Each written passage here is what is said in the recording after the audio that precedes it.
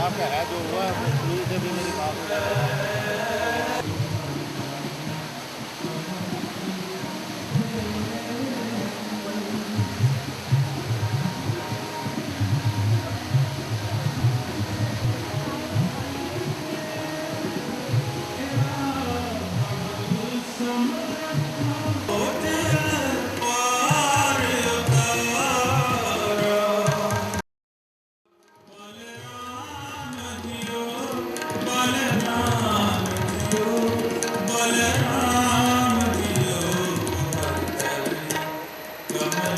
गुरु जी की संगत को मेरा सादर प्रणाम। मुझे आदेश हुआ है कि मैं आपसे कुछ सत्संग करूं। मेरा नाम जेथरा है। आज से 12 साल पहले मेरे बड़े बेटे को कैंसर हुआ था। उसका एम्स में ऑपरेशन हुआ। ऑपरेशन के बाद जब सीटी स्कैन हुआ तो रिजल्ट आया कि उसके 3 पैचेस रह गए हैं। डॉक्टर्स ने कहा अब हम इसकी केमोथेरेपी करेंगे, very strong doses for 9 months. पर उसके बाद भी ठीक होगा या नहीं हम आपको कोई गारंटी नहीं दे सकते। हमने सोचा कैंसर का बेस्ट हॉस्पिटल इन इंडिया है टाटा मेमोरियल हॉस्पिटल, उनसे ओपिनियन लिया जाए। उन्होंने कहा कि इस टाइप का कैंसर 2-4 साल के बच्चे को होता है और वो हमेशा मर जाता है। इस टाइप के कैंसर का मेडिकल साइंस में कोई जवाब नहीं है। आप जितना जल्दी बेटे को भुला दें उसके लिए भी अच्छा होगा, तो आपके लिए भी। मेरी वाइफ खुद डॉक्टर है। इसके लगभग 2 महीने बाद उसके किसी कलीग ने बताया कि ऐसे गुरुजी हैं। अब हम तो डेस्परेट थे, तो हमारे पास और कोई अल्टरनेटिव ही नहीं था। तब हम पहली बार गुरुजी की शरण गए। गुरुजी ने पहले दिन ही उसको बोला कल्याण, और उसकी हालत सुधरना शुरू हो गई। 2 महीने बाद जब सीटी स्कैन हुआ तो रिजल्ट आया कि बॉडी में कैंसर का कोई ट्रेस नहीं है, कोई नामो निशान नहीं है।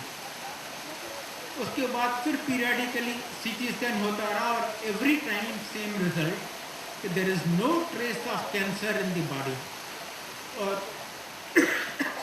और वही डॉक्टर्स कहने लगे कि आप भूल जाइए, इससे कभी कुछ हुआ था। फिर गुरुजी बार बार कहते थे मुंडे दा ब्याह कर लो, मुंडे दा ब्याह कर लो। अब ऐसे लड़के के साथ कौन शादी करेगी। हमने बहुत कोशिश की, कहीं बात नहीं बन रही थी। एक दिन जब गुरुजी ने मेरी मिसेस को बोला मुंडे दा ब्याह कर लो, तो उसने बोला गुरुजी लड़की भी आप ही दिलाइए। गुरुजी कहते हैं ठीक है, तो पंजाबी कुड़ी दिलावांगे, घर बैठे कुड़ी आ जाएगी। हम भी चुप करके बैठ गए। लगभग 2-2.5 साल के बाद जैसे गुरुजी ने कहा था, घर बैठे कुड़ी आ गई। शादी हो गई। शादी के बाद पता चला कि लड़की को 2-3 प्रॉब्लम्स हैं और लड़का बिकॉज ऑफ इस कैंसर बैकग्राउंड। 4 साल बीत गए। इन्होंने बहुत डॉक्टर्स कंसल्ट किए, सब ने कहा जी भूल जाइए, इनको बच्चा होने का सवाल ही नहीं पैदा होता। There just isn't a chance कि इनको बचा हो सके। 31 दिसंबर 2005 को बड़े मंदिर में गुरुजी न्यू ईयर ईव सेलिब्रेट कर रहे थे। जब मेरी बहू को प्रसाद दिए, बोले ले ये तेरी दवाई है। उसी महीने शी कंसीव्ड। कुछ दिनों बाद गुरुजी का मैसेज आया कि तुम्हें ट्विंस है। उसने जाके अल्ट्रासाउंड करवाया तो ट्विंस तो निकलने ही थे। फिर प्रेगनेंसी में बहुत प्रॉब्लम्स हुई। एक बार सीवियर ब्लीडिंग हो गई, डॉक्टर्स ने कहा मिसकैरेज हो रहा है। बेबीज का प्लेसेंटा मदर से सेपरेट हो गया, विच मीन्स बेबीज को ब्लड सप्लाई, ऑक्सीजन कुछ भी नहीं मिलेगा। हर बार डॉक्टर्स ने तो हाथ खड़े कर दिए कि ये हमारे बस का नहीं है, हम कुछ भी नहीं कर सकते। पर गुरुजी की मेहर से she pulled on through. She was due on 22 अक्टूबर और गुरुजी ने उसे कहा तुम्हें 21 सितंबर को होंगे। 21 सितंबर को she delivered twins, boy and girl. और गुरुजी कहते हैं देखो मैंने एक झटके में तुम्हारी फैमिली कंप्लीट कर दी, इवन मेरे से कुछ नहीं मांगना पड़ेगा। गुरुजी तो जैसे आपको बताया गया है साक्षात शिव जी हैं, उनसे वैसे भी कुछ नहीं मांगना पड़ता, जन्म उनके हाथ में है। We know so many cases जहाँ पर एब्सोल्युटली इम्पॉसिबल केसेस में उन्होंने बच्चे दे दिए हैं, क्योंकि गुरुजी तो शुरू ही वहाँ पर होते हैं जहाँ आदमी की सोच या मेडिकल साइंस खत्म होती है। जहाँ एब्सोल्युटली कोई जवाब नहीं है वहाँ पर गुरुजी शुरू होते हैं। एक लेडी आई, गुरुजी उसको कहते हैं आंटी तू खड़ी होकर इन्होंने दस मैं तेनू मुंडा देता सी। वो कहती है हाँ जी गुरुजी ने 8 साल पहले मुझे लड़का दिया था। आंटी ऐ ते दस तेनू बच्चेदानी नहीं हैगी। कहती है हाँ जी मुझे बच्चेदानी नहीं है। गुरुजी कहते हैं हुण दूजा मुंडा लैन आई है। हाँ जी गुरुजी अगर आपकी कृपा हो जाए तो। जस्ट इमेजिन, जिस लेडी को बच्चेदानी नहीं है उसको बच्चा दे देती हैं, जिनको डॉक्टर्स बोल देते हैं कि कोई तरीका नहीं है कि आपको बच्चा हो सके, उनको ट्विंस दे देते हैं। जन्म उनके हाथ में है, मृत्यु उनके हाथ में है। उनकी बगैर इच्छा के इवन यमराज आपको हाथ नहीं लगा सकता। और पता नहीं कितने मुर्दों को उन्होंने खड़ा कर दिया है, पता नहीं कितने अनगिनत। उनमें से एक तो अभी खड़ा आपके सामने बात कर रहा है। जी हाँ, मैं अपनी बात कर रहा हूँ। आज से 5 साल पहले मेरे को हार्ट की बहुत प्रॉब्लम हो गई थी। मेरा एम्स में एंजियोग्राफी हुई। डॉक्टर्स ने बताया कि आपको एक हार्ट अटैक हो चुका है, आपको पता नहीं चला था, आपकी हार्ट बहुत डैमेज्ड है और आपकी तीनों आर्टरीज 90-95% ब्लॉक है। वो मुझे ICCU में ले गए। उसी दोपहर को वहाँ पर ICCU में मुझे सेकंड मैसिव हार्ट अटैक हुआ। My heart stop, pulse absent थी, मैं मर चुका था। गुरुजी की मेहर से ये जो डॉक्टर्स हार्ट मसाज ये वो करते हैं, वो कर कर आके बोला जी हमने इसको रिवाइव कर दिया। रात को सीनियर डॉक्टर आया, कहता है जी बताइए आपका क्या करना है, क्योंकि आपका इमीडिएट बाईपास ऑपरेशन तो बहुत ही ज़रूरी है, पर इतना रिस्की है, बहुत चांस है कि आप ऑपरेशन टेबल पे ही ख़त्म हो जाओगे। मैं अपनी जिम्मेवारी पे आपको हाथ लगाने को तैयार नहीं हूँ। अगर आप ये जानते हुए जिम्मा लेते हो तो मैं आपका ऑपरेशन करूँगा, नहीं तो नहीं। अब हम क्या कर सकते थे? हमने गुरुजी से पूछा। गुरुजी कहते हैं क्या है, डॉक्टर्स तो चीरें के फाड़ेंगे ही, अंदर जो करना है मैं करूँगा। उसके बाद हमने डॉक्टर को क्लियरेंस दिया कि हाँ जी आप ऑपरेशन कर लीजिए। उसी रात मेरा इमरजेंसी ऑपरेशन हुआ। नॉर्मली इस ऑपरेशन के बाद आदमी 1-1.5 दिन ICCU में रहता है और 2-3 दिन हॉस्पिटल में। मैं 1 हफ्ता ICCU में रहा, 3 हफ्ते हॉस्पिटल में। बहुत कॉम्प्लिकेशंस हुई, बहुत प्रॉब्लम्स हुए। उसके बाद 3 बार मैं रीएडमिट हुआ हॉस्पिटल में, पर with Guruji's grace it's all over. मैं आपके सामने, ये 5 साल पुरानी बात है, मैं आपके सामने जीता जागता एकदम ठीक ठाक खड़ा हूँ। I do all normal functions of the body, there is no problem. तो जीवन मृत्यु सब उनके हाथ में है। वो बड़ी से बड़ी डिजीज को तेरे को कुछ नहीं है, वहम ना कर, बस ये कह के ठीक कर देती है। कोई भी डिजीज हो, आपका हार्ट प्रॉब्लम हो, आर्टरीज का ब्लॉकेज है, एमीबासिस है, एस्थमा है, सोरियासिस, व्हाटएवर, वो कर देते हैं। और वो हमसे कुछ मांगते नहीं, कुछ लेते नहीं। वैसे भी वो तो तीनों लोगों के मालिक हैं, हम उन्हें दे ही क्या सकते हैं। जो भी हमारे पास है उन्हीं का दिया हुआ है। बस वो कहते हैं यहाँ आते रहो, सत्संग में ये जो बड़ा मंदिर उन्होंने बनाया है यहाँ आते रहो और कुछ नहीं करना आपको। उन्होंने जो बड़ा मंदिर बनाया है उसके ऊपर एक बड़ा सा शिवलिंग है। गुरुजी कहते हैं जितने इस पूरी पृथ्वी पे 12 ज्योतिर्लिंग हैं उन सब में मिला के जितनी शक्ति है उससे ज़्यादा शक्ति मैंने इस एक शिवलिंग में दी है। जो इसके इवन नज़दीक आ गया उसका कल्याण निश्चित है, गारंटीड है। और वहाँ जाना शिवलोक जाने के बराबर है। उस शिवलिंग की परिक्रमा करना अमरनाथ की परिक्रमा के बराबर है। गुरुजी के दो मोस्ट फेवरेट कॉमन फ्रेजेस हैं। जब आप उनके पास जाएं तो कहते हैं कल्याण कीता, और जब आप उनसे आज्ञा लें तो कहते हैं जा ऐश कर। अब उनके कल्याण करने और ऐश करने में तो एवरीथिंग आ गया A to Z। इससे ज़्यादा आपको सोचने की ज़रूरत नहीं है। गुरुजी कहते हैं यहाँ आपको सब मिलेगा, सिर्फ पर मैं पहले आपको लाइफ दूंगा, फिर हेल्थ, फिर वेल्थ और फिर और कुछ जो आपको चाहिए। अगर कोई चीज़ आपको वहाँ नहीं मिलती तो रेस्ट एश्योर्ड वो आपके लिए अच्छी नहीं है। जो चीज़ आपके लिए अच्छी है वो बिन मांगे दे देते हैं, आपको इवन मांगने की ज़रूरत नहीं पड़ती। वो तो जानी जान है, हमारे सारे पिछले जन्म आने वाले जन्म सब जानते हैं। हमारे लिए जो अच्छा है वो हमें दे देते हैं। अगर कुछ भी हमें नहीं देते इट्स ओनली बिकॉज वो हमारे लिए अच्छा नहीं है।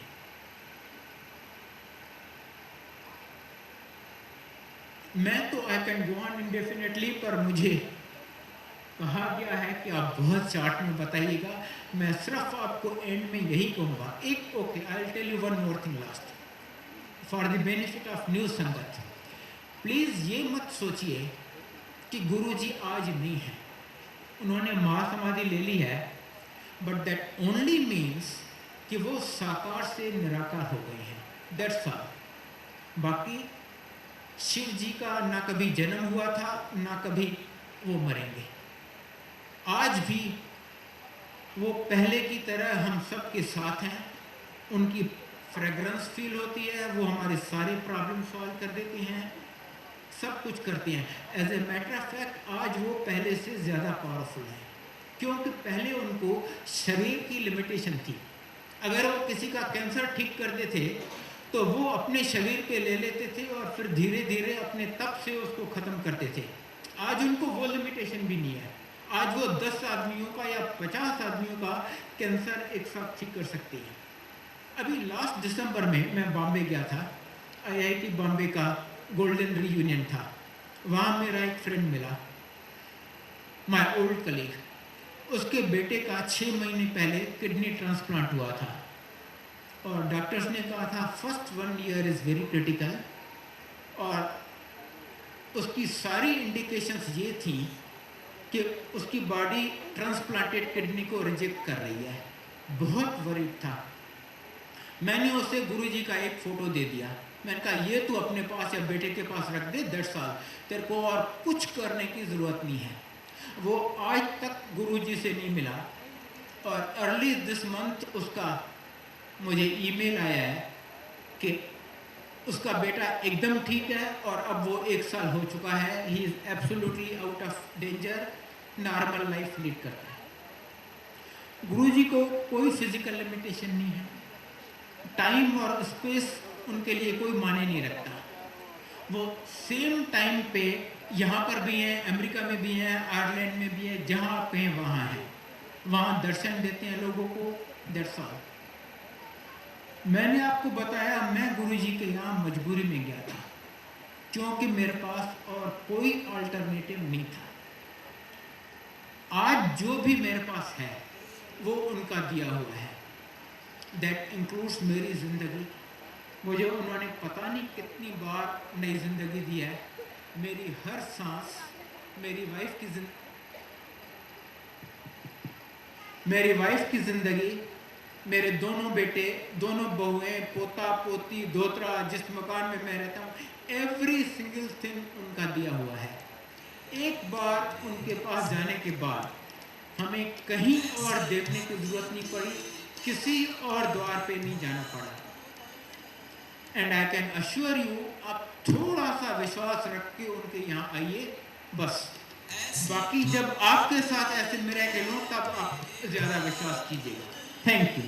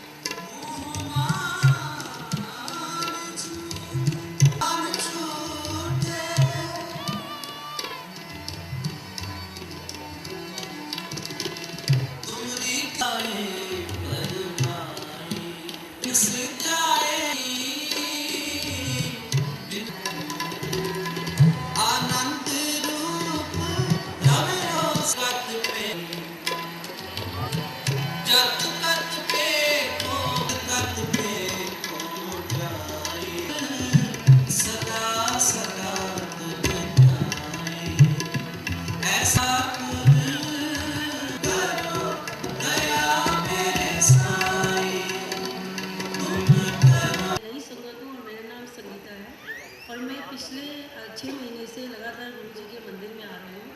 और जब मैं गुरु जी के मंदिर में आई थी तो मुझे ये नहीं मालूम था कि गुरु जी ने चोला त्याग दिया है। बताया ज़रूर था लेकिन मुझे समझ नहीं आई थी। तो जब मैं मंदिर में बैठी थी तो मैं यही सोच रही थी आके खोल के बार बार बीच में कि गुरु जी कब आएंगे और कब बैठेंगे। तो मैंने थोड़ी देर में साथ वाली आंटी से पूछा कि गुरु जी कब आएंगे। उसने बोला गुरु जी तो चोला त्याग चुके हैं। तो मैंने कहा गुरु जी चोला त्याग चुके हैं तो फिर हमें यहाँ क्यों बुलाया है यहाँ क्यों बुलाया हम यहाँ आए हैं।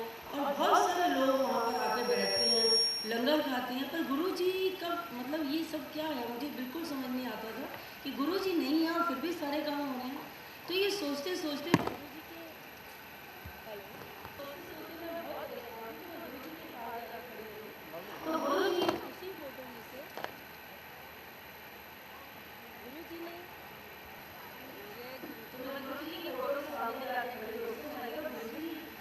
यहाँ पर आप वो नहीं, पर ये सब लोग आते हैं यहाँ लंगर खाते हैं और सब क्यों होती है, ऐसा कैसे हो रहा है मुझे तो समझ नहीं आ रही है। फोटो से ही सब कुछ हो रहा है। उसी समय गुरु जी ने फोटो में से मुझे आँख झपक के दिखाई, पर मुझे समझ नहीं आई क्योंकि मुझे दिखाई नहीं देता था। जब मैं मंदिर में आई थी तो मुझे एक आँख से सिर्फ 10% दिखता था और दूसरी आँख से मुझे 50%, जिसके मेरे 2 ऑपरेशन हो चुके हैं। तो मैंने सोचा ये मेरी आँखों का वहम है और मैं ये सोच के अपने घर चली गई। सारे रास्ते सोचती थी कि गुरु जी की आँख झपकी थी कि नहीं झपकी थी, समझ नहीं आई। तो रात को जब मैं सोई तो ड्रीम में गुरु जी आ गए और हमारे घर में घूमने लगे। मैं उठ के बैठ गई। मैंने कहा अरे ये तो गुरु जी हैं, वही हैं जहाँ मैं गई थी। पर मुझे विश्वास नहीं हो रहा था। बार बार गुरु जी आते थे और मैं उठ के बैठ जाती थी, लेकिन गुरु जी बात नहीं करते थे। नेक्स्ट डे फिर गुरु जी आए, आकर के मुझे उन्होंने वाइट फ्लावर्स दिए और दिया हाथ में, और मैंने जब उठ के देखा तो कुछ भी नहीं था। मैंने कहा ये भी समझ नहीं आई। सैटरडे को मैं फिर मंदिर गई और मंदिर जाके मैंने बोला गुरु जी आप ड्रीम में आए, मैंने देखा, लेकिन मंदिर में तो आप आते नहीं हो, आओ मेरे से बात करो यहाँ पर आके। तो बार बार मैं गुरु जी को यही कहती रहती थी। जितनी देर मैं बैठी रही, लंगर खाया, घर गई, फिर बड़ी परेशान। मैं जाके बैठ गई और सोई। जैसे ही मैं सोई गुरु जी आके चेयर पर बैठ गए और मुझे कहते क्यों है आप, तो क्यों परेशान है। मैं कि क्यों परेशान है, आप मंदिर में तो दिखते नहीं हो, ड्रीम में आते हो। मुझे ड्रीम में नहीं, मुझे सचमुच आपसे बात करनी है, बस यही कहती थी। तो गुरु जी कहते हैं पहले 10 दिन होया कि है। मैं क्या मैंने भी होना है, कुछ नहीं, मैं तो आपको मिलने आई थी, बस यही मुझे परेशानी है कि एक फ़ोटो से इतना सब कुछ कैसे हो रहा है। तो गुरु जी मैंने कहने ने तू 10 दिन होया किया पहले। मैं क्या मैंने क्यों होना है, मैं डायबिटिक हूँ, मुझे BP हाई रहता है, मैं थायरॉयड है, मुझे वाटर टेंशन है, मैं आइज, मेरे दोनों आइज का एवरेज हो चुका है। तो मैं गुरु जी को सब बातें बताती थी। तो गुरु जी कहते हैं फेक फिर मैं कि फिर की आपको इतनी बड़ी बात बता दी और क्या बताऊँ। इतनी देर में गुरुजी ने अपना हाथ किया और मेरे को टेढ़ा मेढ़ा कर दिया। तो मैंने गुरुजी को कहा, गुरुजी है क्या कर रहे हो, ये क्या गुरुजी, मुझे सीधा करो, मुझे ऐसे नहीं रहना। और जैसे ही गुरुजी ने मुझे सीधा किया मैं उठ के बैठ गई और मैंने बोला ना बाबा ना, ऐसे मंदिर मैं नहीं जाऊँगी जब गुरुजी इतनी बीमारियाँ पहले एक और दे दी। मैंने कहा गुरुजी ये सब तो नहीं चलेगा, ये तो मैं नहीं आऊँगी कल से। 1 घंटा मैं रात को पूरे अपने घर में घूमती रही। 1 घंटे के बाद मैं सो गई और गुरुजी फिर आए, कहते ने देखिया तेरा तो यह हाल होना सी, मैं तुम्हें बचा के रखी हो।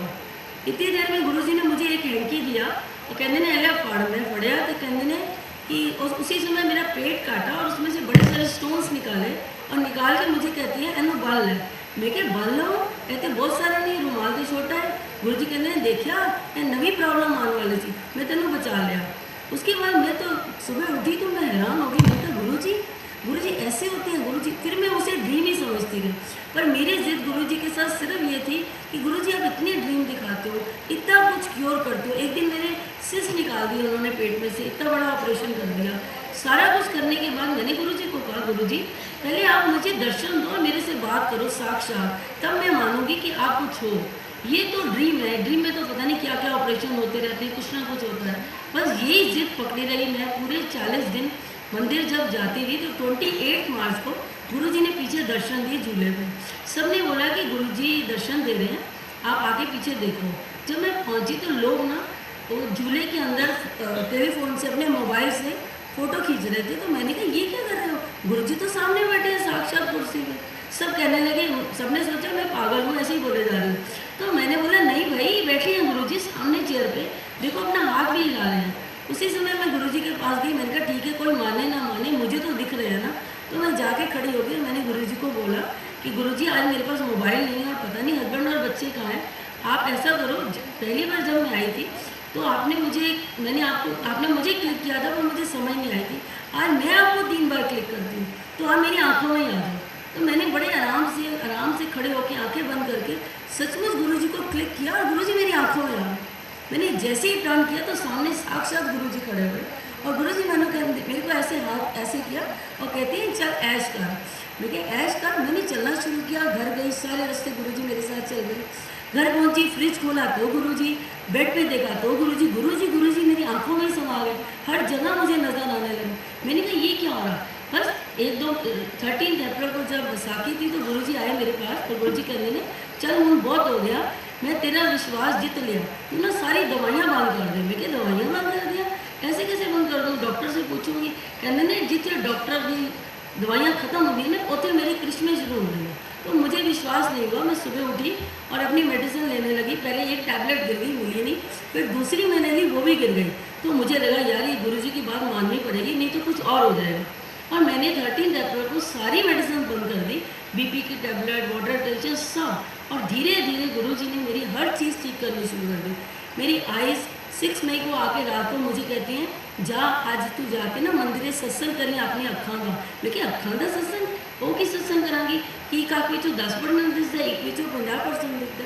कहने ने नहीं तेनों मैं ब्लेस किया, तेरा कल्याण। और गुरुजी के हाथों में से इतनी लाइट निकल रही थी, पैरों में से इतनी लाइट निकल रही थी कि मेरे को पूरा ऐसे ऐसे करना पड़ रहा था और मैं सो नहीं रही थी, अनकॉन्शियसली। मेरी आंखें खुली थी लेकिन मेरी बॉडी बिल्कुल स्ट्रेच हो चुकी थी। मुझे समझ नहीं आ रहा था कि मैं अपने